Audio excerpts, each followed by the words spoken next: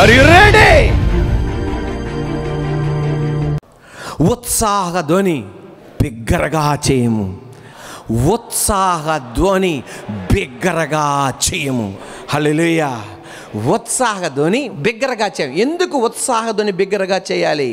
నీ మధ్యనున్న ఇశ్రాయేలు యొక్క పరిశుద్ధ దేవుడు గనుడు, ఆయన మీతో ఉన్నాడు గనక ఉత్సాహ ధ్వని బిగ్గరగా చేయాలి. ఆ కాలంలో ఏమనుకునే వాళ్ళంటే ఇశ్రాయేల్ ప్రజలు, యోధా ప్రజలు, కానీ ఏ మతస్థులైనా ఏమనుకునే వాళ్ళంటే దేవుడు అనేవాడు ఎక్కడో పరలోకంలో ఉంటాడు రా నాయన, దేవుడు అనేవాడు ఎక్కడో కొండపైన ఉంటాడు, దేవుడు అనేవాడు ఎక్కడో లోయలో ఉంటాడు, దేవుడు అనేవాడు మనం సమీపించరాని స్థలములో ఉంటాడు, దేవుడు ఎక్కడో ఉంటాడని. కానీ ప్రవక్త ఒక అద్భుతమైన ప్రవచనం తెలియపరుస్తున్నాడు. ఆ దేవుడు మన మధ్యలో ఉన్నాడు. ఇశ్రాయేలు యొక్క పరిశుద్ధ దేవుడు మన మధ్యలో ఉన్నాడు గనక ఉత్సాహ ధ్వని చేయాలి. క్రికెట్ ఆట జరుగుతుంటుంది. టీం ఏ, టీం బి ఇద్దరు ఆడుతుంటారు. టీం ఏ గెలుస్తుందనుకోండి, టీం ఏలో ఉన్న క్రికెటర్లు అలాగే ఆ ఫ్యాన్స్ వాళ్ళు, స్టేడియంలో ఉన్నవాళ్ళు, టీం ఏకి సపోర్ట్ చేసే వాళ్ళందరూ ఏం చేస్తారు? ఉత్సాహధ్వని బిగ్గరగా ఉత్సాహధ్వని చేస్తారు. ఎందుకు తెలుసా? మేము గెలుస్తున్నాం, మేము గెలవబోతున్నాం, మేము కప్పు తీసుకుంటాం, వరల్డ్ కప్ మేమే తీసుకుంటాం, ఉత్సాహధ్వని చేస్తూ ఉంటారు. అక్కడ టీం బి వాళ్ళు యాక్టింగ్ చేస్తారు ఉత్సాహధ్వని చేసినట్లుగా. కానీ ఎంత యాక్టింగ్ చేసినా వీళ్ళతో ఆ ఉత్సాహధ్వనితో వాళ్ళకి సమం అవ్వదు. ఎందుకు తెలుసా? ఈ ఉత్సాహధ్వని బిగ్గరగా ఎందుకు చేస్తారంటే, మేము విజయం పొందుతున్నాం, విజయం పొందాం, వరల్డ్ కప్ మేము పొందుకున్నాం. ఏ అనే దేశం, బి అనే దేశం మధ్య యుద్ధం జరుగుతుంది. ఏ అనే దేశం గెలుస్తుంది. ఏ అనే దేశం గెలుస్తుండగా వాళ్ళు ఎంతో సంబరాలతో నిండిపోతారు, కేకలు పెడతారు, ఉత్సాహధ్వని బిగ్గరగా చేస్తారు. ఆ ఏ దేశానికి చెందిన వాళ్ళందరూ ఉత్సాహముగా బిగ్గరగా ఘన విజయంతో వాళ్ళు కేకలు పెడతారు. అటువంటి టైంలో బి దేశం వాళ్ళు కేకలు పెట్టలేరు. ఎందుకంటే అక్కడ ఒక డెడ్ బాడీ కనబడిద్ది, అక్కడ ఒక మృతదేహం కనబడిద్ది, ఇంకొక మృతదేహం కనబడిద్ది, వాళ్ళు కేకలు పెట్టలేరు. కానీ ఏ దేశం వాళ్ళు ఎందుకు ఉత్సాహధ్వని చేస్తున్నారు తెలుసా? విజయం పొందాము గనక, మేము ఘన విజయం పొందాం గనక వాళ్ళు ఏం చేస్తారంటే ఉత్సాహధ్వని బిగ్గరగా చేస్తారు. కానీ యెషయా ప్రవక్త అనేది ఏంటి తెలుసా? మీరు ఉత్సాహధ్వని బిగ్గరగా చేయాలి. 10 ఎకరాల భూమి ఇచ్చినందుకు కాదు, సొంత ఇల్లు ఇచ్చినందుకు కాదు, కార్లు ఇచ్చినందుకు కాదు, మంచి ఉద్యోగాలు మీ కుమారులు కుమార్తెలకు ఇచ్చినందుకు కాదు, బిల్డింగులు భూములు ఉన్నందుకు కాదు, స్వస్థత పరిచినందుకు కాదు, యుద్ధములో విజయం పొందినందుకు కాదు. ఉత్సాహధ్వని బిగ్గరగా ఎందుకు చేయాలో తెలుసా? దేవుడు మనతో ఉన్నాడు గనక ఉత్సాహధ్వని చేయాలి. ప్రైజ్ ద లార్డ్, హల్లెలూయా. ఈ రోజున నువ్వు అనుకుంది జరిగినా జరగకపోయినా దేవుడు నాతో ఉన్నాడు గనక ఉత్సాహధ్వని చేయాలి. మీ అమ్మాయికి అనుకున్నది జరగకపోయినా ఉత్సాహధ్వని బిగ్గరగా చేయాలి. ఎందుకు తెలుసా? ప్రపంచాన్ని పరిపాలిస్తున్న సృష్టికర్త నాలో ఉన్నాడు గనక. మీ అబ్బాయి విషయంలో నువ్వు అనుకుంది జరిగినా జరగకపోయినా ఉత్సాహధ్వని బిగ్గరగా చేయాలి. ఆరోగ్యం ఇచ్చినా ఆరోగ్యం ఇవ్వకపోయినా, ఉద్యోగం ఉన్నా లేకపోయినా, సంపద ఉన్నా లేకపోయినా, సృష్టికర్త నీతో ఉన్నాడు గనక ఉత్సాహధ్వని బిగ్గరగా చేయాలి. హల్లెలూయా. ఉత్సాహధ్వని బిగ్గరగా చేయాలి.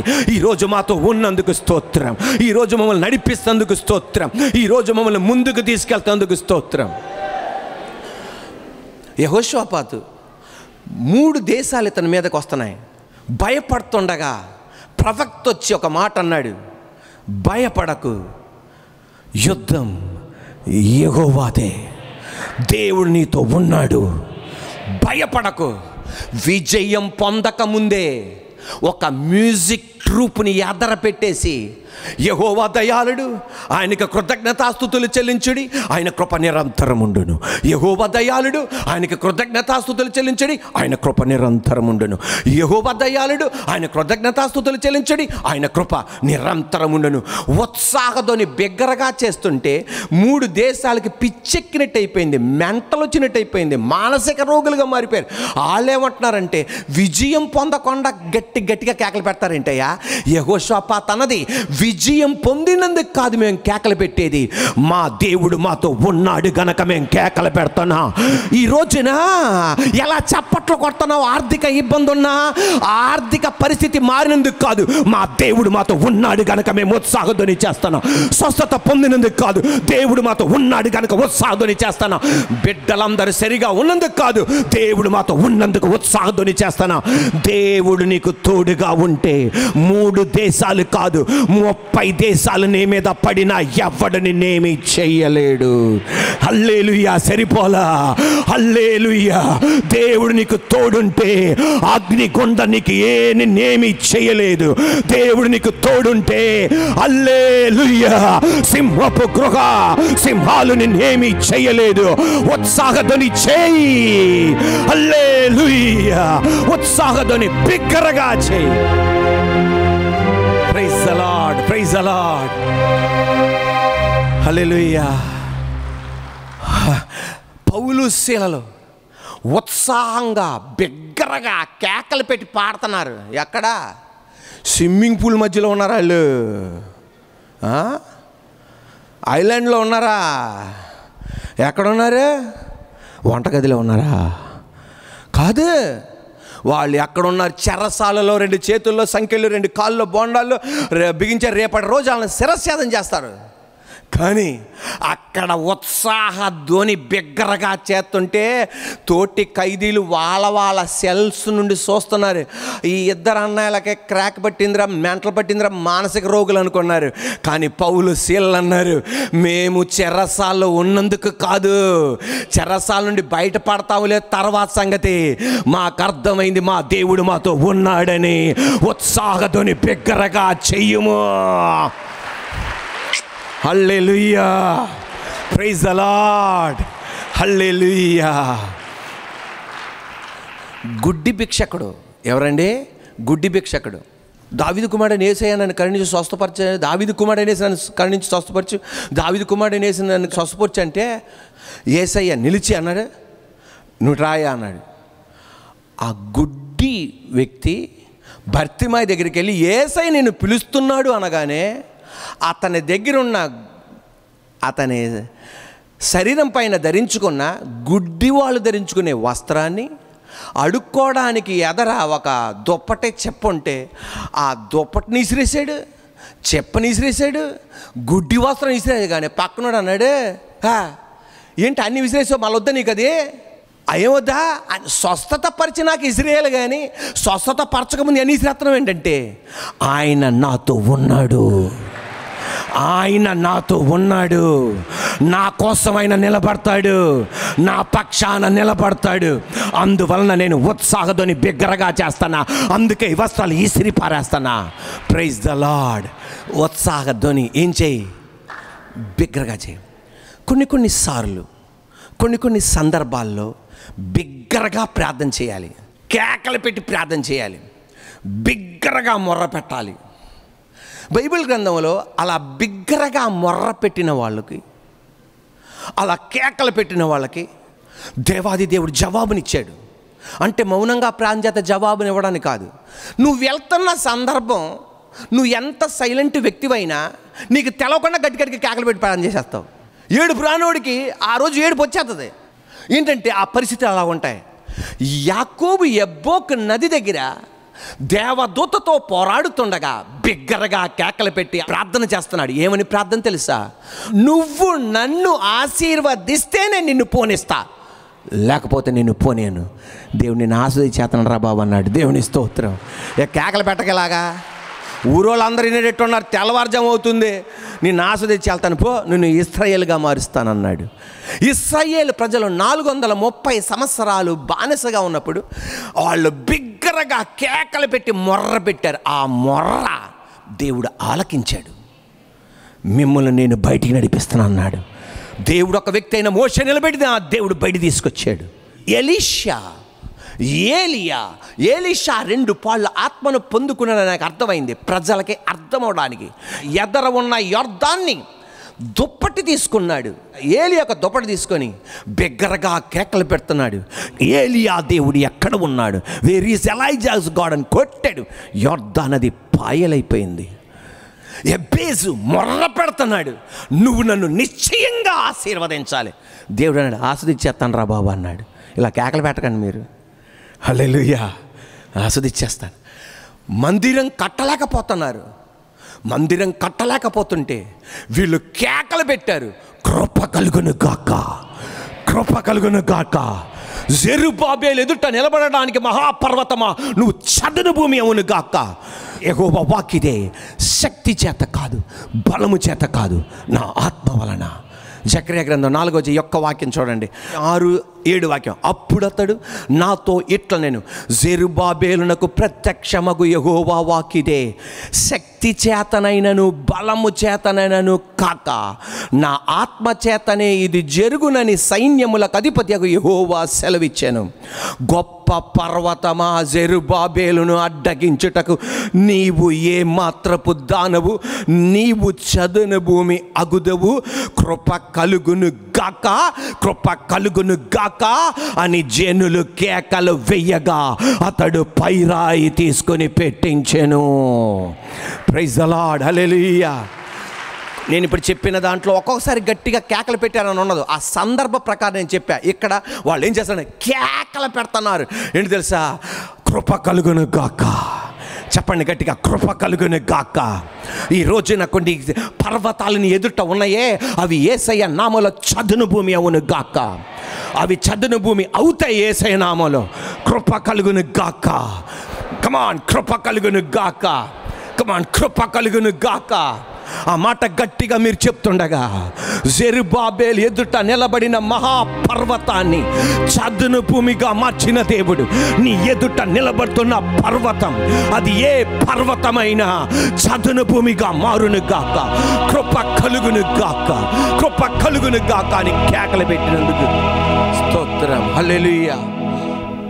యెహోషువ వారి సైన్యం 6 రోజులు 6 సార్లు తిరిగి 7వసారి బిగ్గరగా స్తుతించగా ఆ గోడలు కూలినాయి. బూరలు ఊదగా గోడలు కూలినాయి.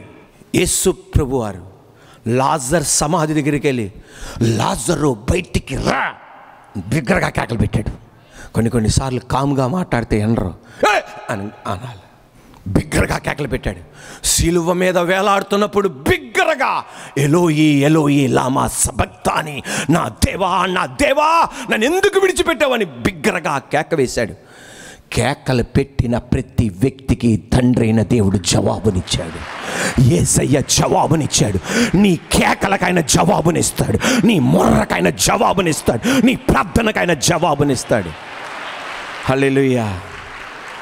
ఎప్పుడు పడితే అప్పుడు గట్టి గట్టిగా కేకలు పెట్టకూడదు, పక్కన వాళ్ళు అపార్థం చేసుకుంటారు.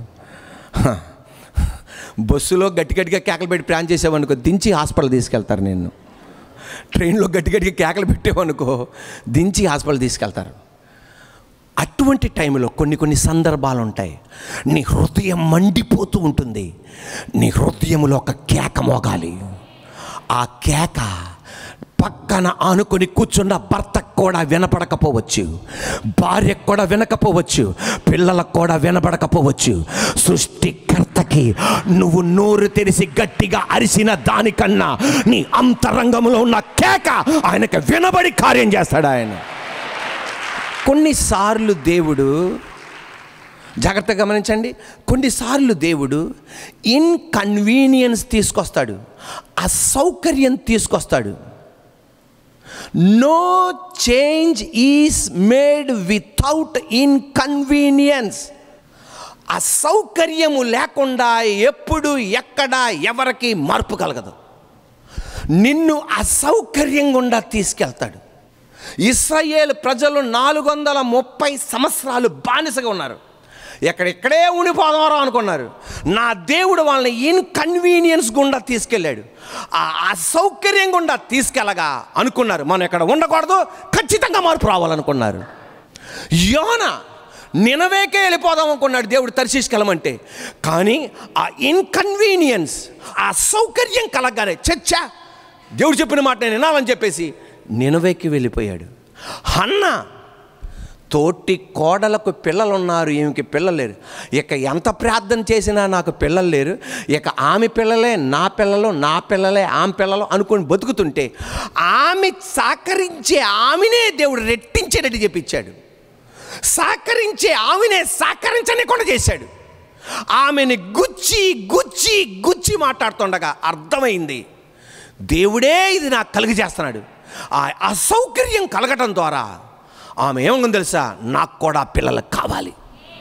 ఈరోజు నేను చెప్పనా, అటువంటి టైంలో దేవుడు ఇటువంటి ఇన్కన్వీనియన్స్ తీసుకొస్తున్నప్పుడు నీ హృదయాన్ని గనక హార్డన్ చేసుకుంటే, నీ హృదయాన్ని గనక కఠినపరుచుకుంటే నువ్వు ఒక గదిలో బంధింపబడతావు, నీ జన్మలో బయటికి రావు. దేవుడు అసౌకర్యం గుండా నిన్ను తీసుకెళ్తున్నప్పుడు నువ్వు గనక మార్పు చెందడానికి ఇష్టపడితే, దేవుడు ప్లాన్తో నువ్వు సహకరిస్తే, ఎనప రూము కాదు, ఎటువంటి గృహలో ఉండినా నా దేవుడు నిన్ను బయటికి తీసుకొస్తాడు ఆయన. అప్పుడు నువ్వు కేకలు పెట్టాలి, తండ్రి నీ వైపు నేను తిరుగుతున్నా, నీ హృదయాన్ని కఠినపరుచుకోకు, నీ హృదయాన్ని కఠినపరుచుకోకు. తండ్రి నేను మారుతానయ్యా, నా చూపులో ఒక మార్పు తీసుకొస్తానయ్యా, నా ప్రవర్తనలో ఒక మార్పు తీసుకొస్తానయ్యా, స్నేహ సంబంధంలో మార్పు తీసుకొస్తానయ్యా. భార్య విషయంలో నమ్మకంగా ఉండలేకపోతానా, భర్త విషయంలో నమ్మకంగా ఉండలేకపోతానా, I will change you Lord. నేను ఒక మార్పు తీసుకొస్తానయ్యా. లేకపోతే ఏసే నమ్ముకోనా ఏం జరిగింది, ఏసే నమ్ముకోనా నా కుటుంబానికి ఏం జరిగింది, ఏసే నమ్ముకోనా నా వ్యాపారానికి ఏం జరిగింది, ఏసే నమ్ముకోనా అని హృదయాన్ని కఠినపరుచుకొని ఉంటావే తప్ప నీ బతుకులో ఒక మార్పు నువ్వు చూడవు. ఒక మార్పు చూడాలి. యెషయా ప్రవక్త చెప్పినదే. దేవుడు వాళ్ళకి ఇన్కన్వీనియన్స్ గుండా తీసుకెళ్ళగా, దేవుడు ఎక్కడ ఉన్నాడు, మా మీద కోపంగా ఉన్నాడు తప్ప నో, దేవుడు మిమ్మల్ని ఇన్కన్వీనియన్స్ గుండా తీసుకెళ్తున్నాడు, అసౌకర్యం గుండా తీసుకెళ్తున్నాడు. మీ బతుకులో మార్పు తీసుకురండి. అందరూ ఇష్టపడ్డారు, మా జీవితంలో ఒక మార్పు తీసుకొస్తాం. వెంటనే దేవాది దేవుడు యెషయా ప్రవక్తతో చెప్పింది, ఆయన కోపంగా లేడు, ఆయన కోపం చల్లారింది. మిమ్మల్ని ఆదరిస్తున్నాడు, మిమ్మల్ని స్వస్థతపరుస్తున్నాడు, మీకు లిఫ్ట్ ఇవ్వబోతున్నాడు ఆయన. ఉత్సాహ ధ్వని గట్టిగా చెప్పండి నాన్న, ఉత్సాహ ధ్వని బిగ్గరగా చేయము. ఎందుకు చేయాలి? ఆయన మన మధ్యలో ఉన్నాడు గనక.